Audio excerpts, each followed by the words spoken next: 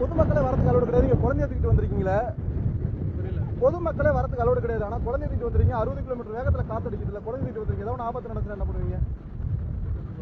புரியல. அப்படி என்ன ஆக போகுது? அப்படி என்ன ஆக போகுதா? எல்லாம் எக்ஸ்ப்ளோர் பண்ண வேண்டிய விஷயம். எக்ஸ்ப்ளோர் பண்ண வேண்டியதான். 90 கிலோமீட்டர் வேகத்துல காத்தடிக்குன்னு சொல்லியிருக்காங்க. நீங்க அதையும் மீறி இங்க வந்திருக்கீங்க. அலை வந்து ஒரு 5 அடி தூரத்துல வந்திருக்கு. அப்படி ஒன்றும் வரலையே. 5 அடியா? பக்கத்துல தான் வந்திருக்கு. ரொம்ப சாந்தமா தான் இருக்கு. சத்தம் கிளியரா ஆயிடுச்சு.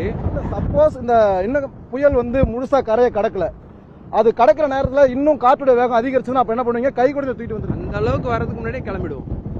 இந்த ஆபத்துன்னு உங்களுக்கு தெரியல? அப்படி ஒன்றும் தெரியல. இதெல்லாம் எப்பனா ஒரு வருஷத்துக்கு ஒரு தடவை வருது. தாராளமா எக்ஸ்ப்ளோர் பண்ணலாம். பாக்குறது இந்த மாதிரி எல்லாம் கிடைக்காது. அதான் வரப்போகுது, வருஷத்துக்கு நடக்க போகுது, வருஷத்துக்கு ஒரு தடவை. அதனால சரி பாத்துட்டு போலாமே அப்படின்ட்டு வந்தோம். டிவில வேற நீங்க வேற காமிச்சிட்டே இருந்தீங்க, ரொம்ப இன்ட்ரெஸ்டிங்கா இருந்தது. சரி எப்படி கடல் ரொம்ப அலையா வருது, அது எப்படி இருக்குன்னு பாக்கலாம்னு கிளம்பி வந்திருக்கீங்க. நீங்க வந்து சரி பச்சை பிள்ளைய தூக்கிட்டு கையில வச்சு வந்திருக்கீங்களே, என்ன விஷயம்? அட்வென்ச்சர்ஸ் நிறைஞ்ச உலகத்துல அட்வென்ச்சர்ஸா இருக்கணும்னு பயப்படாதீங்க. ஒண்ணும் இல்ல, நாங்க புயல் வரதுலயும் கிராஸ் பண்ணக்குள்ளயும் நாங்க போயிருவோம். நாங்க இந்த சரௌண்டிங்ல எங்கேயுமே கடையே இல்ல. எப்படி வந்து கையில சுண்டல் வச்சிருக்காரு அவரு? எப்படி சுண்டல் எங்க வாங்குனீங்க? எங்களுக்கு கொஞ்சம் கிடைக்குமா? வீட்லயே அவிச்சு கொண்டு வந்துட்டோம். சார் கொஞ்சம் கொண்டாங்க. கிடைக்காது, புயல் காத்துல சுண்டல் சாப்பிடணும் ஆசை ரொம்ப நாளா. கடை இல்லாதனால வீட்லயே சமைச்சு கொண்டு வந்து வீட்லயே சுண்டல் அவிச்சு இங்க கொண்டு வந்திருக்க.